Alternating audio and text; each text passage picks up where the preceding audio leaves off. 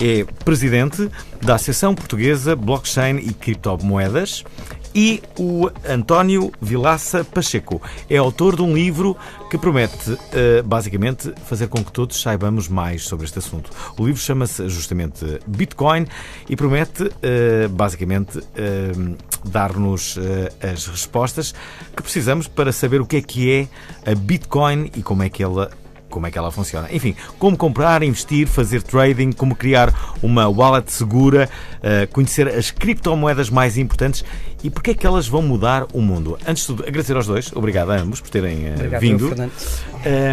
Nem sei para onde é que começar. Pode ser o Fred, o António.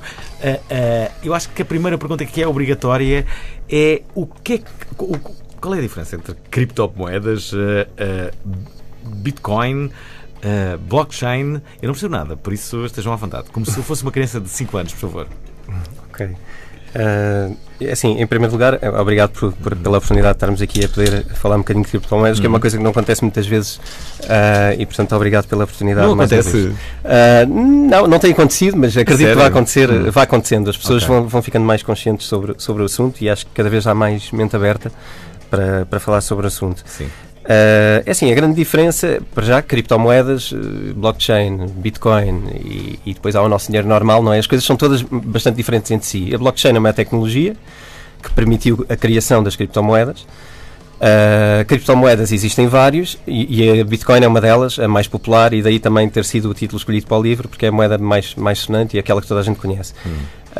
Elas cumprem muitas vezes funções diferentes e, portanto, na verdade, o que está aqui em causa foi uma solução que se procurou encontrar já há longos anos, não é uma coisa de agora, é uma coisa que se procura desde os anos 90, tentar encontrar uma moeda que consiga acompanhar a evolução tecnológica que nós tivemos, por exemplo, com a globalização da internet, não é? Onde tivemos uma economia global. Mas neste momento só agora é que passamos a ter moedas globais, moedas que são capazes de funcionar em qualquer hora do mundo, em qualquer parte do mundo, entre qualquer população do mundo, que não estão sujeitas à regulamentação de nenhum governo específico e que, portanto, isso não afeta transações entre elas e que não estão limitadas às necessidades ou às barreiras que o sistema financeiro neste momento tem relativamente às moedas tradicionais, que são as fiat currencies. Fred, quais são os princípios das criptomoedas, ou o princípio e já agora o fim para que foram criadas? Boa tarde, Fernando. Olá. Obrigado pelo convite. Olha, vocês, entretanto, podem se interromper um ou outro, não é? Claro. É para isto ser mais animado. E também a todos os que nos estão a ouvir através da rádio e a ver no Facebook, também obrigado, evidentemente, por estarem a seguir o programa e o tema. Relativamente à pergunta, Fernando, é muito importante fazer o enquadramento do motivo que levou a criar a ideia de uma criptomoeda. Sim. Acima de tudo, a evolução do ciberespaço criou uma dimensão de comércio eletrónico, ou seja, comércio eletrónico esse que funciona além fronteiras e não está cingido apenas e só aos limites territoriais de cada Estado soberano. O que é que isto fez? A temática pós anos 2002, 2003 começou a falar-se na ideia de criar uma moeda para o ciberespaço exatamente como forma de pagamento eletrónico. Portanto, antes de a Bitcoin ou qualquer outra criptomoeda pretender concorrer como moeda fiduciária soberana de um Estado, a primeira ideia foi uma moeda funcional para pagamentos eletrónicos no ciberespaço que funcionasse num sistema peer-to-peer, ou seja, resolver dois problemas centrais. O problema do double spending, ou seja, de ser possível que uma moeda chegue a duas pessoas e dessa forma criar uma determinada especulação que nos levava a um determinado problema naturalmente, e uma segunda fase, acabar com o middleman. Ou seja, o middleman que acaba por estar no meio entre comprador e vendedor e que cobra altas comissões, o objetivo foi tentar contornar esse sistema. O que é que alavancou a Bitcoin? O que alavancou foi a crise de 2008-2009, com a falência do Lehman Brothers nos Estados Unidos, toda a crise subprime, e automaticamente entramos em crise com o sistema financeiro. E, portanto, o sistema financeiro que todos os contribuintes a nível mundial acabaram por ser eles a pagar a falha, digamos assim, do sistema financeiro, automaticamente levou a que as criptomoedas tivessem uma preponderância e um protagonismo gigante de crescimento. Fred, deixem-me só revelar a todos aqueles que estão a ouvir o programa que podem e devem fazer todas as questões, mesmo aquelas mais ignorantes, até porque eu estarei aqui a representar essa parte da ignorância absoluta sobre esta temática. Deixem-nos as vossas perguntas ou comentários através do WhatsApp da Prova Oral, mensagem de voz para 96 038 62 62, vou repetir, 96-038-6272. Foi de resto o WhatsApp que usou o Pedro Barbosa, que está em Madrid e que fez questão de deixar esta mensagem no WhatsApp. Boa tarde a todo o auditório da Antena 13 e toda a gente aí no estúdio. Um abraço ao Fernando Alvim e a todos. Ainda bem que a Antena 13 e a Prova Oral falam finalmente deste tema, que é muito importante e que não pode ser deixado como se fosse um assunto só reservado aos nerds, aos geeks, aos traders. É um assunto que vai afetar toda a nossa sociedade e, portanto, acho de facto que merece ser debatido em praça pública, portanto é do interesse de todos. Primeiro ponto que queria fazer aqui, que queria sublinhar, é normalmente alguma confusão que existe entre o que é Bitcoin ou até criptomoedas e blockchain.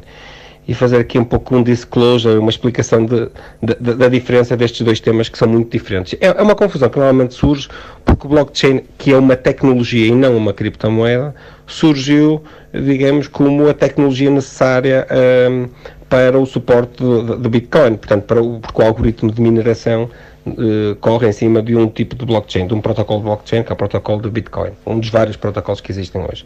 Portanto, no fundo, e para simplificar, blockchain é uma tecnologia e Bitcoin é um dos tipos de criptomoeda, e o blockchain tem muitas utilizações fora da Bitcoin e fora das criptomoedas. Eu diria que a maior parte das utilizações de blockchain são fora das criptomoedas, e o Bitcoin é apenas uma das, se calhar a mais conhecida, mas apenas uma das, digamos, das utilizações, das aplicações da tecnologia de blockchain. Isto é um pouco como se nós tivéssemos uma estrada, que é a blockchain, e um veículo que anda em cima dessa estrada. Vamos imaginar um veículo automóvel, que é o blockchain, mas podemos ter muitos veículos, que é o Bitcoin, peço desculpa, mas podemos ter muitos veículos automóveis em cima dessa mesma estrada, não é? Podemos ter muitos veículos de muitas marcas, que são as outras criptomoedas, mas também podemos ter outros veículos motorizados, caminhões, enfim, uma série de outros, que também circulam em cima da mesma estrada. E estas estradas são, digamos, protocolos de blockchain que podem, de facto, em cima ter muitos tipos de aplicações. Esta, se calhar, é a primeira ideia que eu acho que merecia a pena, no fundo, ser distinguida para que consigamos manter depois toda uma conversa que seja perceptível por todos, que acho que este tema não era ainda, ou não é totalmente dominado por toda a gente. Ora, como seria de esperar, tivemos logo uma reação, não à intervenção do Pedro Barbosa, mas àquilo que os convidados disseram. Eis mais uma mensagem via WhatsApp. Boa tarde, gostava de saber qual é a legislação em Portugal a respeito de criptomoedas e se ela existe. Obrigado. É desde logo uma boa pergunta. Então, eu posso responder sobre essa questão. A verdade é que a Bitcoin, as criptomoedas e toda a criptoeconomia, e aqui vou passar a falar no termo criptoeconomia para não ter sempre de estar a distinguir entre Bitcoin e criptomoedas. A criptoeconomia é de tal forma nova e de tal forma desconhecida que existe ao dia de hoje um vazio legal. E, portanto, não podemos dizer nem que é legal nem que é ilegal. Aquilo que de facto é de livre utilização. E, portanto, enquanto não existir legislação contra, pode ser livremente utilizado. tipo Uber? Um bocadinho tipo Uber, se calhar, porque a Uber também veio de uma forma disruptiva colocar o sistema de transporte peer-to-peer de uma forma muito mais agilizada e facilitada. E aquilo que a Bitcoin e as criptomoedas pretendem, na verdade, é exatamente a mesma coisa. Portanto, a analogia faz todo o sentido. António, como é que se compra, como é que se investe, como é que se faz trading com a Bitcoin? Ok, há várias maneiras de fazer e no livro tem todo um tipo capítulo bolsa sobre isso. Há gente que usa como bolsa e se calhar foram as primeiras pessoas a também ter muito contacto com as criptomoedas, porque em primeiro lugar gostava de dizer uma coisa, que é, as criptomoedas são uma coisa que está muito na infância e, portanto, estamos na infância de uma tecnologia e, portanto, é natural que algumas das características que elas têm não sejam ainda perfeitas. Agora, é preciso perceber qual é a filosofia que está por trás e a solidez daquilo que se permite fazer, e isso é bastante diferente de estarmos só a falar de trading ou de investir ou de ganhar dinheiro no curto prazo. No entanto... Temos de falar sobre essa parte de ganhar dinheiro, não é? Os ouvintes querem ganhar dinheiro. Como no entanto, podemos falar disso e de facto, as criptomoedas têm sido utilizadas por muitos traders que até já têm experiência no mercado, onde há oscilações altas, onde há variações grandes de moedas, neste caso, e qualquer bem que oscile muito valores máximos e valores mínimos é ótimo para um trader. Portanto, aqui os traders foram descobrir um bocadinho um paraíso para poderem trocar coisas que têm uma volatilidade grande, não é? Isto tem tudo a ver com comprar baixo, vender alto, é o objetivo de qualquer pessoa que funcione no trading, e esses intervalos, quanto maiores, melhores. Agora, eu sou muito mais um defensor dos investimentos de longo prazo e da percepção do que é que são as criptomoedas, na verdade, e por isso é que eu quis escrever o livro, porque aquilo que se fala muito na rua, entre aspas, é muito do eu quero comprar uma Bitcoin para ganhar dinheiro, e é muito importante explicar a pessoas normais, com linguagem normal, o que é que está por trás daquilo e que aquilo não se esvai nisso. Óbvio que e desde logo tentava perceber como é que se pode perder dinheiro também com a Bitcoin. É da mesma maneira que se pode ganhar. É com más escolhas ou boas escolhas. Mas isto só tem a ver com trading, ok? Esta parte de no curto prazo pensarmos que estamos a ganhar ou a perder dinheiro tem a ver com trading. Tem a ver com eu estou a comprar agora porque quero vender mais caro, eu não tenho qualquer interesse na tecnologia, não tenho qualquer entendimento sequer do que é que eu estou aqui a trocar. Outra coisa é falarmos do que é que a tecnologia significa e se calhar sermos pessoas com uma visão maior e acharmos que aquilo vai... Maior no sentido de longo prazo, não estou a falar que são pessoas que são mais inteligentes ou quer que seja que as outras, mas entender mais profundamente o tema significa perceber a aplicabilidade da tecnologia. E aqui estamos a falar de... Pronto, uma valorização diferente no longo prazo. Eu até iria um pouco mais além do que o António. E iria dizer o seguinte de uma forma muito clara. Eu não considero a compra de qualquer criptomoeda como um investimento. Eu considero algo muito mais próximo de um bem essencial para o nosso futuro do que propriamente algo que me vai dar euros ou dólares algures no espaço e no tempo. Como assim se podes perder? A questão é, Fernando, nós quando abordamos qualquer tema disruptivo que vai de facto revolucionar a sociedade, automaticamente tem que haver um índice de confiança.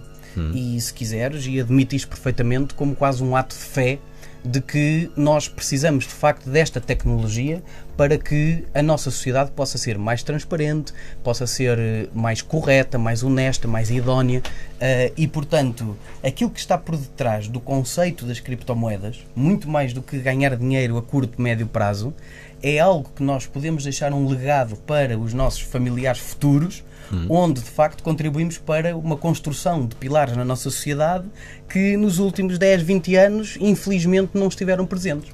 Fred, deixa-me dizer que, como seria de esperar, estamos a ser invadidos de perguntas e mensagens via WhatsApp 96-038-6272. É aqui que devem deixar a vossa mensagem de voz. Se quiserem também podem entrar em direto no programa através do 707-200-330. Estamos a falar com o Fred Antunes, ele que é presidente da Associação Portuguesa de Blockchain e Criptomoedas, mas também com o autor do livro que se chama Bitcoin e que nos promete dizer tudo o que precisamos de saber sobre o mundo das criptomoedas. É o António Vilaça Pacheco. Antes disso, temos aqui duas mensagens. Alvin, queres comprar as minhas Bitcoins? Pá, eu não as uso. Pá, eu vendo-te isso na boa. Não sei, talvez possamos fazer negócio. Boa tarde. Uma pequena pergunta. Uma vez que não há legislação para as criptomoedas, porquê é que alguns bancos bloquearam as transferências monetárias para alguns sites de trading de criptomoedas? Obrigado. Querem responder? Eu posso mencionar isso porque eu mencionei isso no meu livro também. Isso aconteceu de facto no final do ano passado. Eu duvido que continue a acontecer agora, porque de facto... eu acho que isso foi um bocadinho um erro de estratégia, mas houve de facto um ou outro banco que a dada altura, com receio se calhar de criar ali um desvio de capitais que não estavam à espera, barraram ilegalmente as transferências para investimentos em Bitcoin e portanto rapidamente também a DECO acabou por levantar assinaturas, portanto uma data de pessoas acabaram por reclamar que de facto, porque repara aqui é uma das questões mais originais relativamente ao dinheiro, que é o momento em que uma instituição financeira te diz que tu não podes pôr o teu dinheiro onde tu pediste para pô-lo. Estamos a falar de barrar uma transferência entre 2 IBANs. Portanto, tu transferiste dinheiro para outra conta bancária e o banco, como sabe o que é, decidiu que tu não o podes fazer. Isto é a melhor prova de que se calhar é preciso inovar um bocadinho em relação ao valor do dinheiro e à posse. Vamos ter uma chamada em direto, mas antes temos aqui mais uma questão, porque agora é o Fred que responde. Olá pessoal, um abraço a todo o auditório e aos convidados. Eu só queria saber se a internet tiver um apagão, o que é que acontecerá às criptomoedas? Obrigado e beijinhos ao Albin. Esta é uma pergunta um bocado... É uma pergunta tecnológica extremamente pertinente que nós, até numa das reuniões que tivemos recentemente com uma associação ligada à questão da energia, das energias renováveis, exatamente foi levantada. A internet, para ter um apagão, é substancialmente difícil de acontecer, mas pode acontecer um cenário que nós pouco prevemos, que é uma tempestade magnética solar. E, portanto, dentro de uma tempestade magnética solar, todo o sistema elétrico do planeta Terra vai Uma abaixo. tempestade magnética solar, mas isso pode acontecer? Pode acontecer, Fernando, mais até do que aquilo que nós pensamos. Mas eu não quero... Nunca ouvi falar em tal coisa. Mas é possível. E, portanto, dentro de uma tempestade magnética solar... O que é que vai acontecer numa tempestade magnética solar? A eletricidade fica automaticamente condicionada e, portanto, respondendo ao nosso ouvinte, o problema não será só para as criptomoedas, mas será para todo o sistema digital que hoje em dia nos governa praticamente em 99%. No caso das criptomoedas, todos os proprietários de criptomoedas podem estar salvaguardados, porque numa falha elétrica global, quando a eletricidade voltar, tudo aquilo que está registado na rede nunca se perderá. E essa é uma das qualidades, de facto, da blockchain. Para além de ter de ser descentralizada, é também imutável. Portanto, se o sistema de se desligar, eventualmente a cadeia de blocos para a sua mineração, mas quando recuperar continuará sem qualquer problema. Está-se mesmo a ver que este programa vai ser histórico. Vamos falar em direto com o Carlos Figueiredo de Lisboa, que tem uma pergunta muito, muito prática. Olá, boa tarde. Olá. Agora Boa sim. tarde, olá. Fiz aqui um erro tecnológico. Olá, Carlos. Estás bom? Olá. Tens uma pergunta muito prática, não é? Sim, tenho uma pergunta prática, ou seja, eu não sou propriamente entendido na matéria, mas eu acho que há aqui uma distinção que não sei se foi bem feita. Eu também, se calhar, não ouvi mesmo no início e se calhar fizeram essa distinção, mas para mim, as criptomoedas são a maior burla do século. É lá. Embora o século Vai ainda haver está polémica, a parece. começar. Sim. Ainda está a começar. A questão do blockchain, enquanto tecnologia, pode ser interessante, como há outras, não é? Sei lá, zipar documentos, ou sei lá, eu vou usar o GPS, não preciso de investir em ações da TomTom, quer dizer, uso o GPS e pronto. E acho que é um bocadinho, pelo menos para o consumidor mais leigo, esta distinção deve ficar clara. Espera aí, não desligues, porque agora os convidados obviamente têm direito a responder-te, não é? Esta é uma afirmação muito contundente, a maior burla do século. Okay. Então. Mas é uma ótima pergunta, porque eu acho que a origem da pergunta, e por isso é que eu no livro tenho tanta cuidado de estar a separar o que é que são umas criptomoedas e outras criptomoedas, e está-me a parecer, por causa de um detalhe ou outro na afirmação, que estamos a falar de coisas um bocadinho diferentes. Há moedas que de facto, se calhar podemos dizer que são burlas, e que são, mas isso existe burla em qualquer mercado, não é? Não vamos achar que só há burlas nas criptomoedas. Agora, de facto, quando se levantou a questão da forma de ser investidor para usar o GPS, parece-me que estamos a falar, por exemplo, de ICOs. E ICOs estamos a falar de tokens, portanto aqui é uma forma de financiamento muito específica que existe dentro do mundo das criptomoedas e que pode ou não ser usada de uma forma menos transparente, ok? Mas isto são coisas muito diferentes. Falarmos de uma criptomoeda é muito diferente de falar de uma ICO ou da emissão de um token ou de um crowdfunding, por exemplo. E se calhar aqui fazendo uma analogia, se falarmos de um ICO, estamos a falar de algo mais próximo de um crowdfunding do que outra coisa qualquer. Não propriamente de ações de uma empresa. E portanto aqui utilizar é uma coisa, tokens é outra, ICO é outra. É um bocado difícil estar a explicar isto em tempo real aqui no programa, mas uma criptomoeda que tenha a sua blockchain, e como a Bitcoin, e que existe há 9 anos, não está a competir no mesmo mercado que uma moeda que permite captar crowdfunding para fazer o financiamento da sua empresa. São coisas um bocadinho diferentes. E se calhar aqui complementava, porque se calhar o nosso ouvinte está muito ligado a uma série de burlas que infelizmente existem ligadas às criptomoedas, fonte da falta de informação. Portanto, aquilo que a criptoeconomia mais dá ao utilizador é a informação e ter o poder daquilo que tem na sua mão. Isto é, nós temos a propriedade das nossas moedas. Para mim, burla é tudo aquilo que nós compramos a pensar que era uma coisa e que no fim se revela outra. E, portanto, quem lida com criptomoedas de uma forma absolutamente lícita sabe que, em termos de transparência, existem muitos poucos sistemas neste momento criados por seres humanos que possam ser tão transparentes. Agora, infelizmente para o nosso ouvinte e também para os restantes ouvintes, ele ainda está em linha. Existem ao dia de hoje, infelizmente, muitos esquemas à volta da Bitcoin, muitos esquemas de pirâmide, muitos esquemas de marketing multinível, muitos esquemas que se limitam apenas e só a divulgar a mensagem, querendo angariar fundos para, basicamente, marketing multinível e questões de pirâmide, ao qual eu sou absolutamente contra, e é uma das funções da APBC é combater esses mesmos esquemas. O Carlos está em linha. Carlos, já foste alvo de alguma burla parecida? Não fui, nem sou investidor, mas vamos lá ver uma coisa. A criptomoeda, acho que o primeiro erro é chamar criptomoeda, porque as bitcoins não são moeda. Não cumprem as funções da moeda. Não, elas não cumprem função de moeda fiduciária, mas não é por isso que não deixam de ser moeda. Atenção. Portanto, certo, mas não têm valor, portanto não são moeda, não se pode chamar moeda. Valor, não tem valor intrínseco. O valor, e neste momento, o que é que tu consideras, pergunto, o que é que tu consideras uma moeda com valor intrínseco? É uma moeda com reservas de ouro ou reservas de petróleo que existe? Até os anos 70 fazia sentido. É uma moeda que é reconhecida por um Estado de direito. Ora, esse pode ser exatamente o problema, porque até os anos 70 nós tínhamos de facto as moedas fiduciárias backed by qualquer coisa, ou ouro ou petróleo ou algo semelhante, e desde os anos 70 que perdemos todas essas reservas e, portanto, tudo aquilo que diz respeito à liquidez e à injeção de liquidez de moeda fiduciária... A moeda existente hoje em dia já não tem qualquer relação nem valor com bens físicos. Ora, a moeda em si não é nada, a moeda é um acordo entre as partes. E não tem valor. Uma nota de 500 euros só tem valor porque é reconhecida pelo Banco de Portugal ou pelo Banco Não é porque não é só porque é reconhecida, é porque alguém a quer também utilizar. Sim.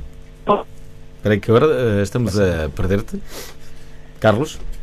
Bom, vamos tentar recuperar... agora sim. Carlos, diz.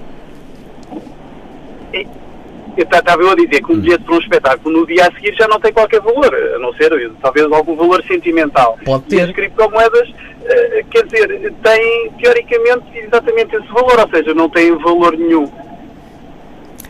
Eu acho é difícil estar a responder esta pergunta polémica no programa em pouco tempo. Eu queria dizer uma coisa, que é, eu tenho todo um capítulo do livro que fala exatamente da história da moeda, como é que nasceu a moeda e que aliás aproveitava para partilhar, não sei se terás... Foi com a crise, já se percebeu, não é? Não, as moedas nasceram por uma necessidade de troca humana que existe inclusive até ao nível dos animais, ok? Os animais têm noção de troca de valor entre si, portanto há uma necessidade de troca de bens. Antigamente era troca direta, não é? Depois passou a haver uma unidade contábil e passámos a ter coisas como o sal, por exemplo, a ser a moeda de troca, não é? Porque tinha 3 funções, era reservada no tempo, durava e era pesável e era facilmente transportável, e passamos a ter uma unidade de valor. E é importante perceber a origem da moeda, para percebermos também que intrinsecamente à moeda não há qualquer noção de governo, nunca houve. Isto é uma coisa recente na história da moeda. O governo não é uma condição sine qua non para existir uma moeda. Ainda depois disso surgiram os bancos como intervenientes do sistema monetário. E, portanto, hoje em dia o que temos em termos de moedas é uma moeda governamental e assumimos que é assim. Nós já nascemos neste mundo, já crescemos assim e temos dificuldade em conjecturar um mundo um bocadinho diferente. Mas na realidade a moeda e o Estado são 2 noções diferentes e uniram-se com um pressuposto que aparentemente não estará a cumprir a sua função, que é para evitar crises. Mas se nós olharmos à volta não é isto que tem acontecido, não é? Nós temos mais crises desde que os governos controlam moedas e estamos aqui numa fase, eu gosto sempre de dar esta noção porque acho que as pessoas aqui perspectivam um bocadinho a coisa. Nós estamos aqui numa zona muito privilegiada do mundo. Nós temos que olhar para os Zimbábues, para as Venezuelas, para as crises gregas, para os ditadores, para outros países, não é? Onde a moeda perde valor e às tantas estão a transportar a moeda em carrinhos de mão. Portanto, isto é importante. Mas essas crises não têm nada a ver com a moeda em si, tem a ver com o facto de os governos serem corruptos, com o facto, por exemplo, o Brexit. A Libra desvalorizou 20% no último ano e meio. Não é porque a Theresa May seja uma corrupta e o governo inglês seja um governo descredibilizado no mundo, mas é porque eles tomaram uma opção que deu algumas razões para a moeda se desvalorizar. Exatamente, mas repara numa coisa. Ao saírem do espaço europeu, ficam com uma moeda que já não estava ligada ao euro, mas que passou a estar muito menos ligada ao euro. Sim, mas repara numa coisa, a opção política tomada por esse governo teve consequências nas tuas poupanças. Percebes a implicação governamental? Claro. Pronto, e portanto o valor da tua moeda e do teu trabalho foram, neste caso, desvalorizados por uma escolha política com a qual tu tiveste pouco a ver, se calhar até votaste contra, não sei, imagino, tu não és inglês, obviamente, mas eu estou a tratar por tu, peço desculpa, mas eu sou informal e estamos num programa informal e eu aproveitei para o fazer. É o Carlos Figueiredo, sim. Mas percebes, ou seja, quando poupas a tua vida toda, não estás à espera que uma decisão do teu presidente ou do teu governo vai implicar com o quanto tu vais ter de poupanças na tua reforma, percebes? E aqui tu tens uma concorrência... Não, mas tens que esperar isso, e claro, e por isso é que nós votamos e por isso é que nós exigimos que os governos façam aquilo com que se comprometem. Carlos, deixa-me só dizer o seguinte, Carlos.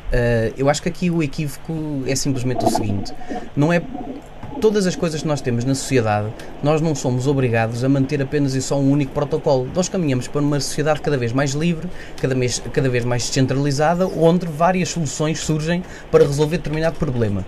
Mal de nós que para um problema só existisse uma solução. Portanto, quando nós olhamos para a criptoeconomia, nós vemos apenas e só mais uma proposta de solução para o mesmo problema. Portanto, nós podemos apresentar esta, como eu poderia vir aqui a este programa, se calhar com mais 10 soluções diferentes, completamente diferentes da proposta da criptoeconomia. Mas em todo o caso, ao longo destes últimos 10 anos, de facto, a tecnologia que dá suporte às criptomoedas e toda a criptoeconomia envolvente tem vindo a provar que são resilientes, que são credíveis e que têm uma série de pessoas absolutamente honestas ligadas a isto. Portanto, eu percebo que, do ponto de vista paradigmático, possa ser complicado mudar o conceito, mas se olharmos mais para a frente de uma forma disruptiva e de uma forma de evolução tecnológica, não me parece fazer qualquer sentido manter algo de uma forma mecânica quando temos tecnologia para poder resolver. Deixem-me só dizer que um dia vocês irão ter um debate só vosso, mas por enquanto nós temos muitas mensagens a chegar. Queremos agradecer aqui a participação incrível do Carlos. Obrigado, Carlos, por teres feito esta intervenção, bastante polémica, de resto. Vamos saber o que é que dizem os ouvintes. Temos aqui uma pergunta sobre tempestades. Vamos ao que interessa. Quando é que aconteceu a última tempestade magnética solar de que há registro? Obrigado. Boa pergunta, não sei. É uma pergunta também difícil para mim de responder, mas poderei verificar com as pessoas que reportaram a ideia. Mas a última tempestade magnética solar, se não estou em erro, acontecem diariamente. Não são grandes o suficiente e intensas o suficiente para nos afetar. Mas se não estou em erro, eu penso que acontecem diariamente, semanalmente, tempestades magnéticas solares. Temos aqui outra mensagem que nos chega por parte do fundador do Instituto Brasileiro da Criptomoeda. Olá a todos que estão ouvindo a prova oral aí em Portugal. Meu nome é Vinícius Tex e eu sou o fundador do Instituto Brasileiro de Blockchain e Moedas Virtuais. Estou aqui no Brasil escutando esse programa ao vivo e quero deixar aqui meu grande abraço e admiração ao Fred Antunes, que está fazendo um excelente trabalho de divulgação e evangelização das criptomoedas e da tecnologia blockchain aí em Portugal. Fred, meu amigo, um grande abraço para você aí e a todos aí de Portugal, uma boa noite. Estou por aqui ouvindo vocês aí. Olha aí, irmão. Ele falou aqui em evangelização. Achas que há uma espécie de tentativa de evangelização? Ou este termo é perigoso? Faz todo sentido. A evangelização não acho que seja nada perigoso, antes pelo contrário. Acho que muito mais do que nós termos aquelas pessoas que permanentemente apenas e só pensam em dinheiro e em lucros, acho que é muito importante nós defendermos determinados princípios conceptuais e morais e éticos, que é aquilo também que as criptomoedas e, acima de tudo, a tecnologia blockchain, que lá chegaremos mais atrás. Desculpa, eu se calhar discordo só um bocadinho no tema, porque eu acho que a evangelização remete-nos para coisas que se calhar trazem um bocadinho mais memórias ou coisas um bocado que podem fugir do controle, não é? Eu gosto mais de pensar em informação. Informação, sim. De facto, não é informar as pessoas de uma coisa que não é fácil. Informar, eu costumo dizer que, de facto, estamos a falar de coisas que reúnem 3 skills diferentes. Se calhar temos aqui um bocadinho de política que é preciso perceber, um bocadinho de tecnologia que é preciso entender e bastante economia. E se calhar não é fácil estar a informar pessoas nas 3 linhas ao mesmo tempo.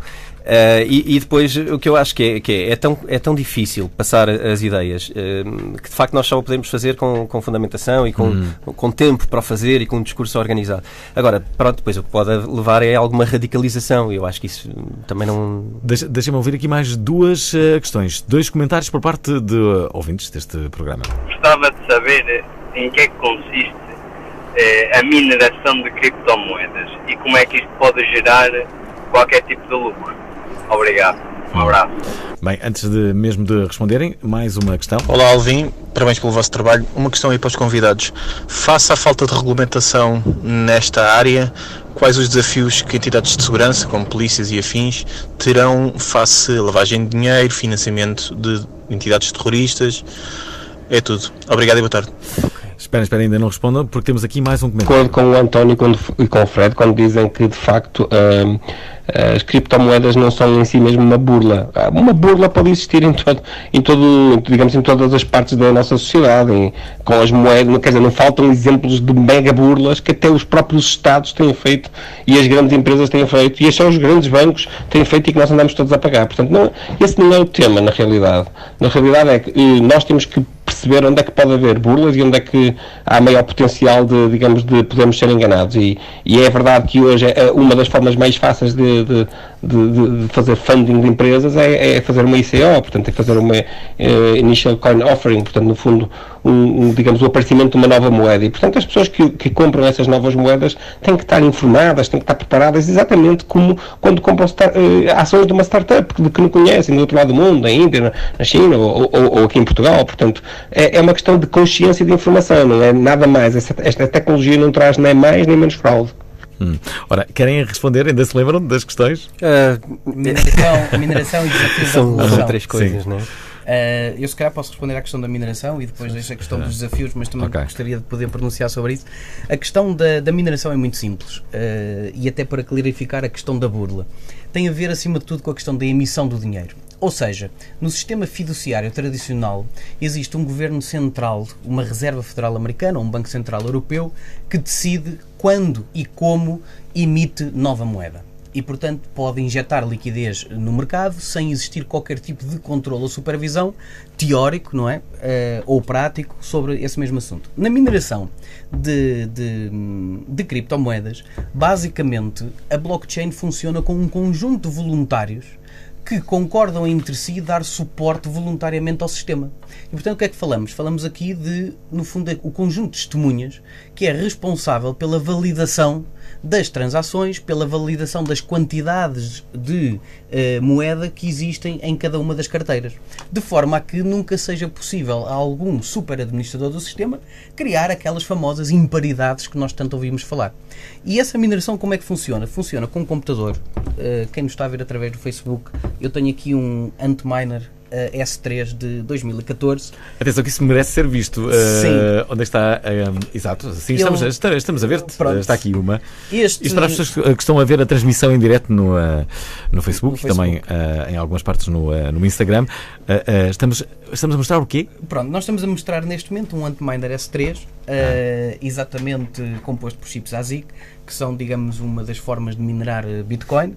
E este computador, que hoje já é velhinho, já está obsoleto, já praticamente não tem motivo para funcionar, mas funciona ainda, atenção, se eu ligar funciona. Mas em 2014 este é o primeiro batch de facto que a Bitmain lançou do S3, e ele em 2014 minava cerca de entre 4.5 a 5.5 Bitcoins mês.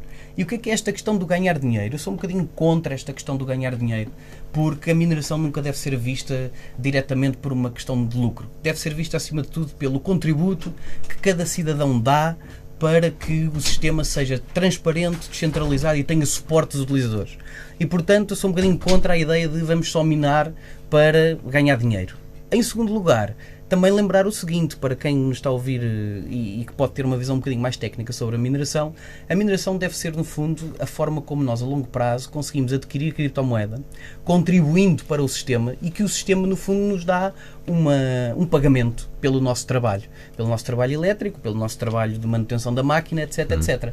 Portanto, não estamos a falar de um servidor centralizado, falamos num servidor distribuído, e para ser distribuído precisa de múltiplas máquinas no planeta inteiro a contribuir para o seu suporte. E basicamente é disso que se trata a mineração. Mas nunca vejam como uma questão de ganhar dinheiro diretamente. Acho que não deve ser visto assim.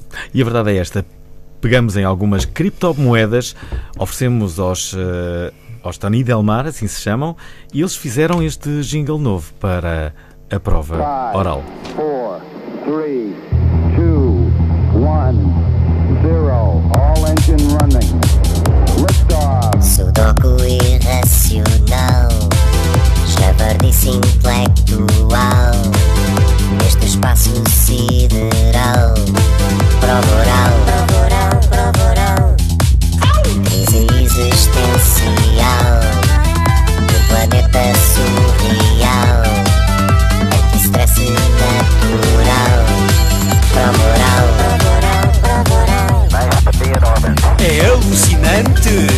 transcendental, desconcertante intervenção social, descalcificante, tridimensional, impressionante caso paranormal.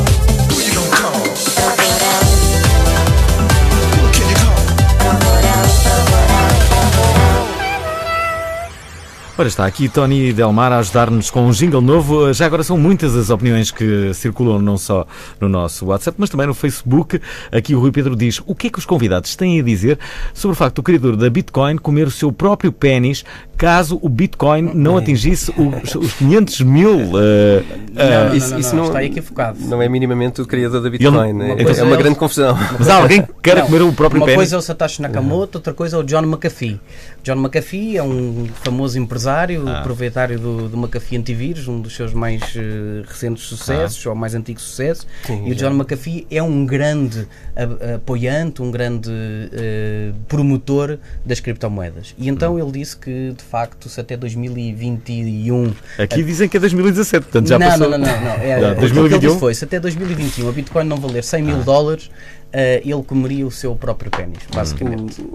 O John McAfee é uma pessoa um bocado complicada. Isto também não é a primeira vez que o McAfee... O McAfee já não tem nada a ver com o antivírus McAfee. Ele criou nos anos 90, vendeu, ficou multimilionário, vendeu, e desde então a vida dele tem sido sucessos destes, tipo estas frases, uns atrás dos outros, e uma vida bastante polémica. Aliás, há um filme sobre ele, por acaso é curioso.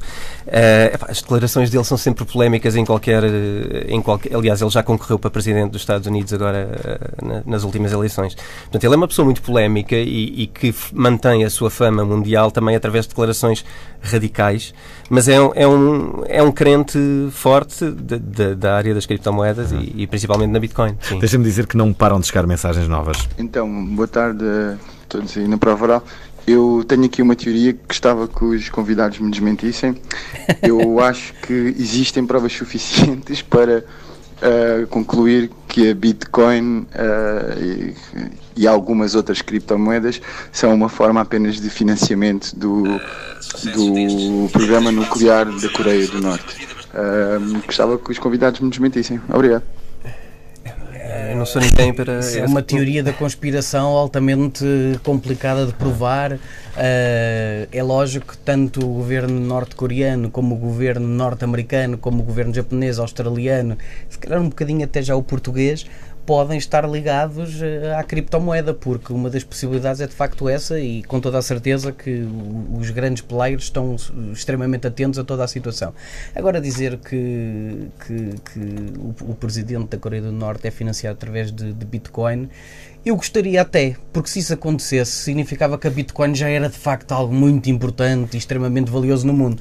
Mas aquela ideia muitas vezes que se associa ao terrorismo, ao tráfico de droga, etc, acho que seja para a Coreia do Norte, para financiar atos terroristas ou de maus tratos ao seu povo, seja para qualquer outro tipo de ato ilícito, acho que se hoje a Bitcoin fosse desligada e desaparecesse, amanhã continuariam a haver todo o tipo de atrocidades humanas cometidas. Portanto, relacionar uma coisa com a outra não me parece justo. Eu gostava só esta pergunta levantou-me também aqui uma outra que foi feita há pouco e que eu gostava de dar uma explicação muito simples, tem a ver com a lavagem do dinheiro e a financiamento criminoso, etc. E isto por acaso agora fez-me lembrar com esta pergunta, recuei aqui um bocadinho no tempo. É assim, aparentemente os estudos o que revelam é que há mais lavagem de dinheiro com qualquer outra moeda do que há com a Bitcoin. E estamos a falar de dólares versus Bitcoins, se calhar é 1%, que é o estudo que foi feito, aparentemente será 1% de lavagem de dinheiro na Bitcoin, e nos dólares estamos a falar de 8% de toda a economia dos dólares ser financiamento de branqueamento de capitais.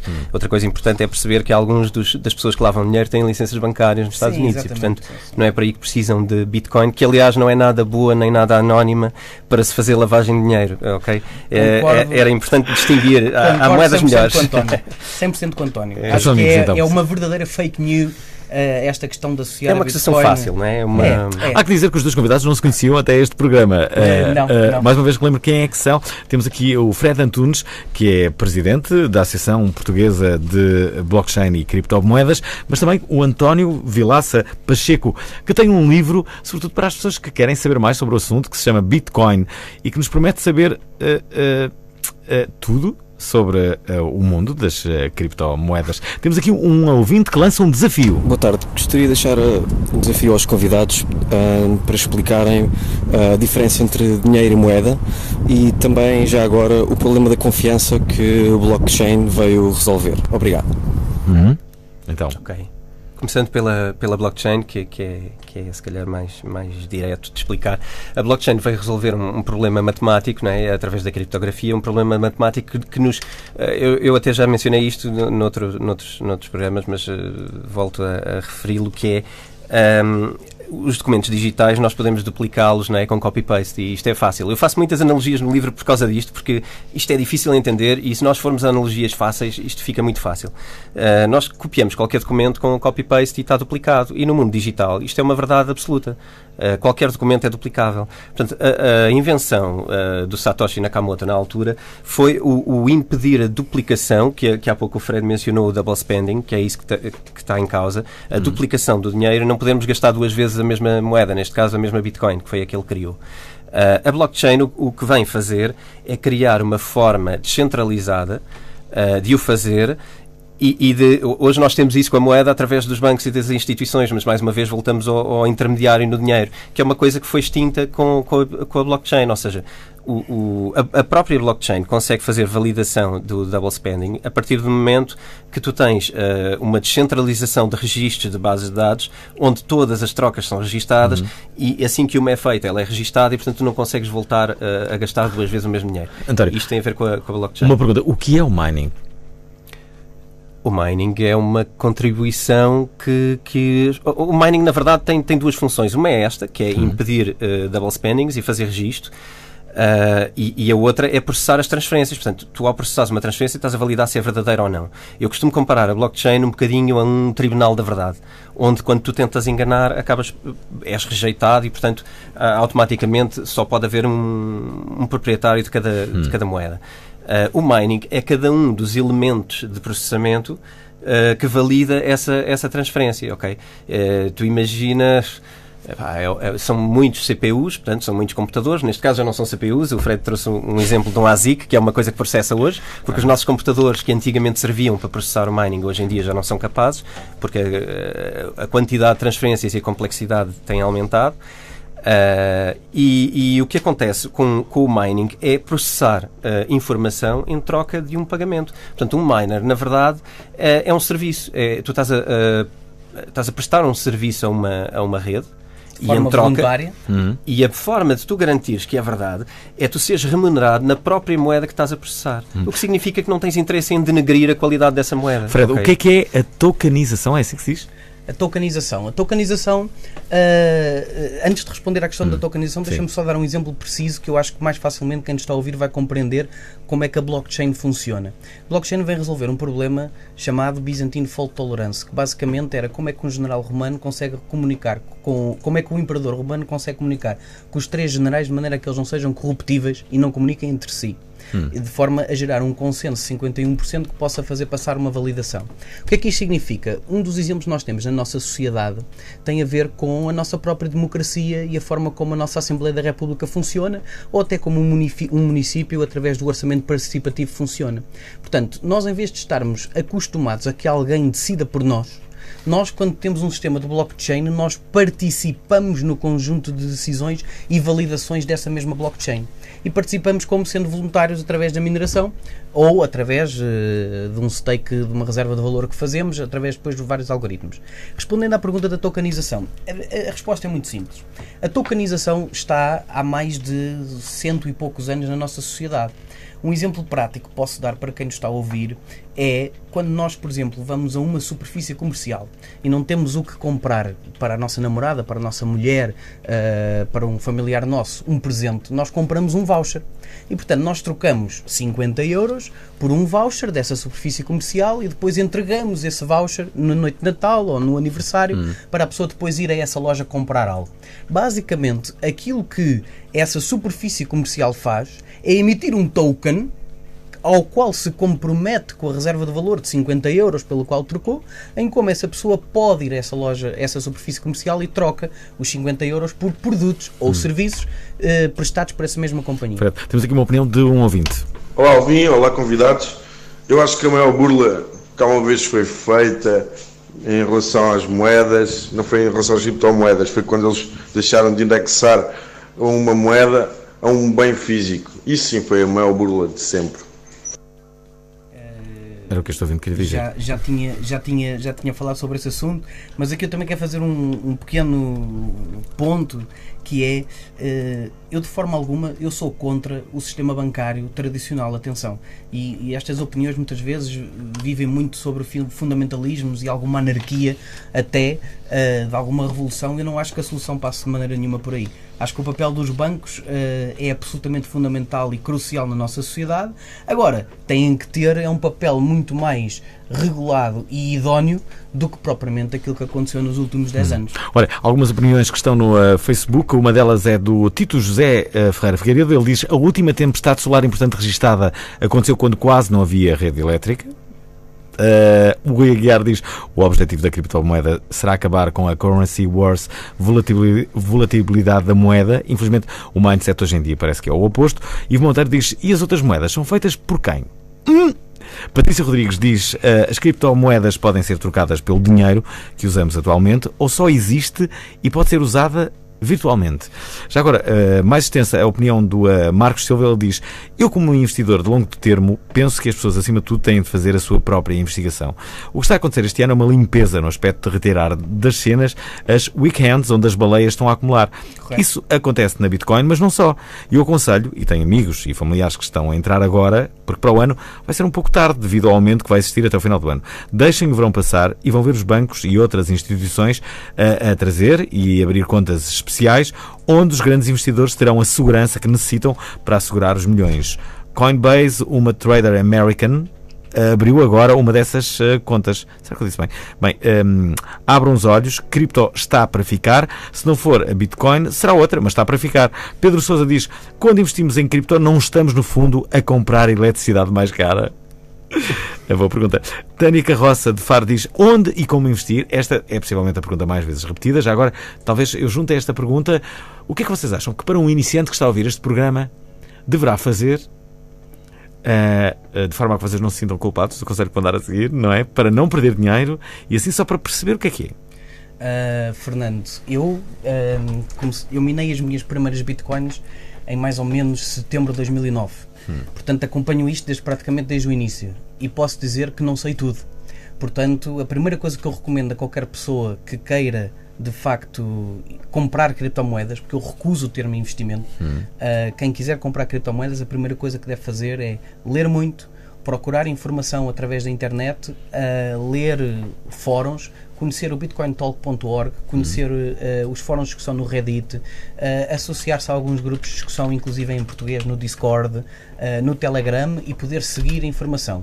E no limite, aqui passa a publicidade, mas penso que fará sentido, também conhecer a Associação Portuguesa de Blockchain e Criptomoedas, que em setembro lançaremos uma série de cursos para que as pessoas possam fazer com informação absolutamente lícita, não virada para investimento.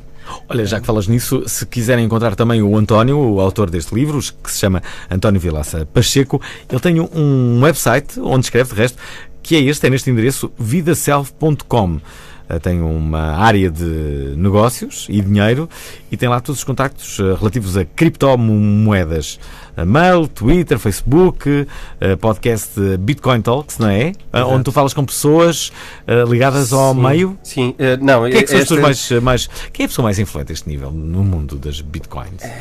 É assim, a meu ver, naquilo que tem que ser feito hoje relativamente às criptomoedas, é o Andrés Antonopoulos, que é uma pessoa que o Fred não comunica de uma forma... Não, eu concordo com o António, sim, mas deixa ele terminar. O importante, a meu ver, o importante nisto é nós usarmos uma linguagem acessível a toda a gente e começarmos e não entrarmos por um caminho de reservar a informação para nós. E, portanto, eu tento fazer isso no livro, porque eu acho que esta é a única forma das criptomoedas virem a ter uma utilidade, é de facto as pessoas perceberem a utilidade dela e quando investem, e já aqui falando também do investimento, quando investem, saberem no que é que estão a investir efetivamente. Estamos a 4 minutos do final, Fred. Ias dizer o quê? Concordo com a ideia do Andrés Antonopoulos, é uma pessoa que eu sigo e que adoro, do qual sou absolutamente fã, mas que muitas vezes tem um discurso excessivamente fundamentalista ou radical, o que também não contribui para a correta informação disto. Portanto, eu diria que muito importante, e para concluir, esta informação tem que ser passada de uma forma muito bem balanceada e não a tentar beneficiar ou a tentar entrar em confronto direto, seja com o que for, porque há espaço de facto para existirem todas as tecnologias, desde que se saibam respeitar umas às outras. Temos aqui 2 mensagens. BitConnect.